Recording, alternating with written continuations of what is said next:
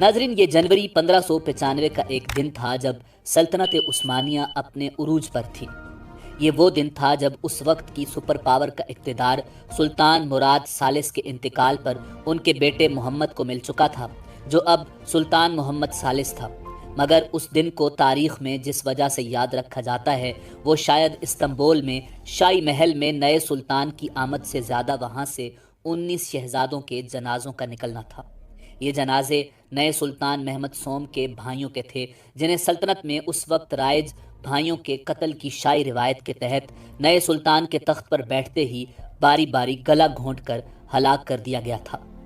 ناظرین، شہزادوں کو ایک ایک کر کے سلطان کے سامنے لایا گیا۔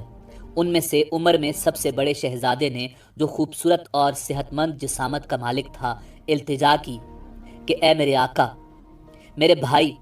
جو اب میرے والد کی جگہ ہو، میری زندگی اس طرح مت ختم کرو۔ غم سے نڈھال سلطان نے اپنی داڑھی نوچ لی، مگر جواب میں ایک لفظ نہ بولا اور سارے شہزادوں کو قتل کروا دیا۔ ناظرین، سلطان مراد سوم کے جنازے کے ایک روز بعد ہی ان کے 19 شہزادوں کے جنازوں کے موقع پر استنبول کے شہریوں کی دگنی تعداد باہر آئی اور ہر آنکھ اشک بار تھی۔ ناظرین، اگر 1595 سے 21 برس پیچھے جائیں تو معلوم ہوگا کہ سلطان محمد سوم کے والد سلطان مراد سوم کی حکمرانی کا پہلا دن بھی مختلف نہیں تھا اور انہیں بھی ایسے ہی مشکل فیصلے کا سامنا کرنا پڑا تھا۔ سلطان مراد کے والد سلطنت عثمانیہ کے 11ویں سلطان سلیم ثانی کا سال 1574 میں 50 برس کی عمر میں انتقال ہو گیا۔ سلطنت کی باغ دوڑ ان کے سب سے بڑے بیٹے مراد سوم کے ہاتھ آئی، جو اپنے بعد والے بھائی سے 20 سال بڑے تھے، اور ان کی جانشینی کو بظاہر کسی سے کوئی خطرہ نہیں تھا، مگر پھر بھی انہوں نے اپنی تخت نشینی پر اپنے سب بھائی مروا دیے، جنہیں پھر اپنے والد سلطان سلیم ثانی کے پہلو میں دفن کیا گیا۔ ناظرین، سلطان مراد سوم جو بہت رحم دل تھے اور خون بہانا برداشت نہیں کر سکتے تھے، انہوں نے 18 گھنٹے انتظار کیا۔ اس دوران وہ تخت پر بیٹھے اور نہ ہی شہر میں اپنی آمد کا اعلان کیا، اور اپنے 9 بھائیوں کی جان بچانے کے طریقوں پر غور کرتے رہے، اور سلطنت عثمانیہ کے قانون کی خلاف ورزی کے ڈر سے انہوں نے روتے ہوئے اپنے اہلکاروں کو شہزادوں کا گلا گھونٹ کر ہلاک کرنے کے لیے روانہ کر دیا، اور اس کام کے لیے ان اہلکاروں کے انچارج کو اپنے ہاتھوں سے 9 رومال دیے۔ سلطان مراد اور سلطان محمد کے بھائیوں کی چھوٹی چھوٹی قبریں بتاتی ہیں کہ سلطنت میں اس افراتفری سے بچنے کی قیمت ادا کی گئی، جو اکثر کسی نئے سلطان کے تخت نشینی کے وقت پیدا ہوتی تھی۔ ناظرین، درجنوں شہزادوں اور شہزادیوں کی ان ہلاکتوں کی قابل ذکر بات یہ ہے کہ یہ شہزادوں کا مارے جانا کسی بغاوت یا کسی اور جرم کا نتیجہ نہیں تھا، بلکہ ان میں سے کچھ تو غلطی کرنے کے قابل بھی نہیں تھے۔ ناظرین، جس قانون یا روایت کے تحت ان شہزادوں اور شہزادیوں کو ہلاک کیا گیا، اس کی بنیاد تقریباً 100 سال پہلے 15ویں صدی میں سلطان محمد ثانی المعروف سلطان محمد فاتح کے دور میں رکھی گئی تھی، جنہوں نے سال 1481 میں اپنی موت سے چند برس پہلے ہدایت دی، جس کے تحت نیا سلطان اپنے بھائیوں کو قتل کر سکتا تھا۔ سلطان محمد ثانی نے اپنا جانشین نامزد نہیں کیا تھا، مگر انہوں نے اپنے انتقال سے کچھ سال پہلے جانشینی کے بارے میں اپنے خیالات کا اظہار کیا، جس میں انہوں نے یہ کہتے ہوئے بھائیوں کو مارنے کی باقاعدہ اجازت دی کہ ان کا جو بھی بیٹا سلطان بنے وہ ٹھیک کرے گا اگر وہ دنیا کی بہتری کے لیے باقیوں کو ہلاک کر دیتا ہے۔ ناظرین، کسی شہزادے کے مارے جانے کے لیے اس کا کچھ غلط کرنا ضروری نہیں تھا، اور کئی بار صرف اس خطرے کی بنیاد پر ہلاکت کو جائز سمجھا گیا کہ وہ شہزادے مستقبل میں بغاوت کر سکتے ہیں۔ مگر سلطان محمد ثانی نے اس قانون کی ضرورت کیوں محسوس کی؟ اس کو سمجھنے کے لیے ہم ایک واقعے کی مدد لے سکتے ہیں۔ اس کے لیے ہمیں سلطنت عثمانیہ کی تاریخ میں تقریباً 70 برس مزید پیچھے جانا ہوگا، جب جولائی 1402 میں انقرہ کے قریب عثمانی حکمران سلطان بایزید اور سلطان تیمور یعنی تیمور لنگ کے درمیان ایک بڑی جنگ ہوئی، جسے جنگ انقرہ کہا جاتا ہے۔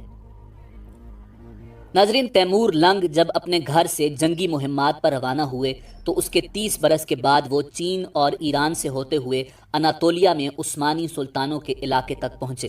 تیمور لنگ اپنے آپ کو چنگیز خان کا وارث سمجھتے تھے، اور اسی بنیاد پر ان کے خیال میں اناطولیہ سلجوق منگول علاقوں پر ان کا حق تھا۔ انہوں نے اناطولیہ کی مختلف ریاستوں جو اس وقت تک عثمانی سلطانوں کے زیر اثر نہیں آئی تھیں کے درمیان اختلافات کا فائدہ اٹھانے کی کوشش کی، مگر عثمانی سلطان بایزید کی نظر بھی انہی ریاستوں پر تھی۔ اس کا نتیجہ نکلا کہ تیمور لنگ اور بایزید کی فوجیں 28 جولائی 1402 کو انقرہ کے قریب آمنے سامنے آ گئیں۔ اس جنگ میں سلطان بایزید کو شکست ہوئی اور وہ اس کے بعد زیادہ دیر زندہ نہیں رہے۔ ناظرین، کچھ مورخین کے مطابق تیمور لنگ نے سلطان بایزید کو پنجرے میں قید کیا اور اپنے ساتھ لے گیا۔ جنگ انقرہ میں شکست اور سلطان کی موت کے بعد سلطنت عثمانیہ ایک مشکل دور میں داخل ہو گئی۔ اگلے 20 برس تک سلطنت عثمانیہ کو خانہ جنگی کی وجہ سے شدید تباہی اور بربادی کا سامنا کرنا پڑا، اور بایزید اول کے چاروں بیٹوں کے اپنے اپنے ہزاروں حامی تھے اور وہ برسوں تک آپس میں لڑتے رہے۔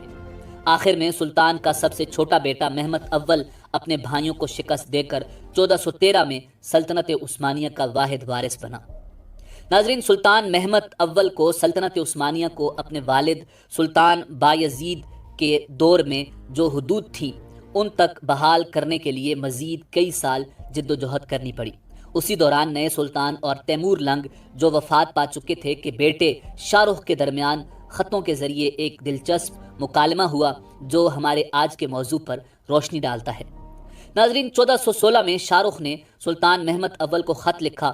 اور اپنے بھائیوں کو ہلاک کرنے پر احتجاج کیا تو عثمانی سلطان کا جواب تھا کہ ایک ملک میں 2 بادشاہ نہیں رہ سکتے۔ ہمارے دشمن جنہوں نے ہمیں گھیرا ہوا ہے ہر وقت موقع کی تلاش میں رہتے ہیں۔ یہاں یہ بات قابل ذکر ہے کہ سلطان بایزید خود اپنے بھائی کو ہلاک کروانے کے بعد تخت پر بیٹھے تھے۔ ناظرین، سال 1389 میں سلطنت عثمانیہ کے تیسرے سلطان مراد اول سربیا کے خلاف جنگ کے دوران قتل ہو گئے۔ اس موقع پر شہزادے بایزید نے اپنے بھائی کو مروا کر سلطنت کا انتظام سنبھال لیا تھا۔ شہزادہ بایزید کے ہاتھوں ان کے بھائی شہزادہ یعقوب کا قتل عثمانی خاندان میں بھائی کا پہلا قتل تھا جس کا ریکارڈ موجود ہے، تاہم یہ واضح نہیں کہ یہ قتل وہیں میدان جنگ میں اپنے والد کی موت کی اطلاع ملتے ہی انہوں نے کروا دیا تھا یا چند ماہ بعد کیا گیا۔ تاہم عثمانی یہ جنگ جیت گئے تھے اور سربیا ان کے تابع ریاست بن گئی تھی۔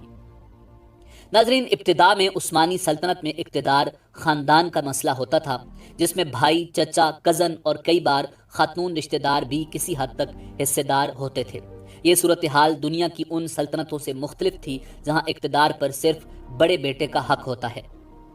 ناظرین، سلطان مراد اور ان کے بیٹے محمد کی طرف سے اپنے بھائیوں کو قتل کروانا یہ ثابت کرتا ہے کہ یورپ کا قانون جس کے تحت وراثت مکمل طور پر سب سے بڑے بیٹے کو منتقل ہوتی ہے اور جہاں چھوٹے بھائی بڑے بھائی کے لیے خطرہ نہیں ہوتے، ترکوں کی اس سوچ کی جگہ نہیں لے سکتا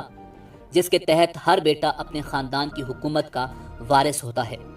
اس صورتحال میں کسی بھائی کا سلطان کے خلاف بغاوت یا سازش کرنا ضروری نہیں تھا، بلکہ یہ بھی ممکن تھا کہ سلطنت کے طاقتور حلقے سلطان سے ناخوش ہو کر کسی بھی دوسرے شہزادے کو سلطان بنانے کی کوشش میں لگ جاتے۔ ناظرین، عثمانی سلطان کا بیٹا ہونا کوئی خوش نصیبی نہیں تھی، کیونکہ ان میں سے ایک جب سلطان بن جاتا تو باقیوں کے لیے موت کا انتظار ہی رہ جاتا۔ اگر سلطان کے بھائی زندہ ہوں تو فوج کے سلطان سے تقاضے ہی ختم نہیں ہوتے تھے، اور سلطان اگر ان کی بات نہیں مانتا تو وہ کہہ دیتے خدا تمہارے بھائی کو سلامت رکھے، جس کا مطلب یہ بتانا ہوتا کہ وہ اسے بھی تخت پر بٹھا سکتے ہیں۔ ناظرین، شروع میں اس روایت کو اقتدار کی وحدانیت برقرار رکھنے کے لیے برداشت کیا گیا تاکہ حکمران کو کسی چیلنج کا سامنا نہ کرنا پڑے۔ ابتدا میں جب سلطنت عثمانیہ پھیل رہی تھی اور سلطان خود طویل عرصے کے لیے دارالحکومت سے دور مہمات پر جاتے تھے،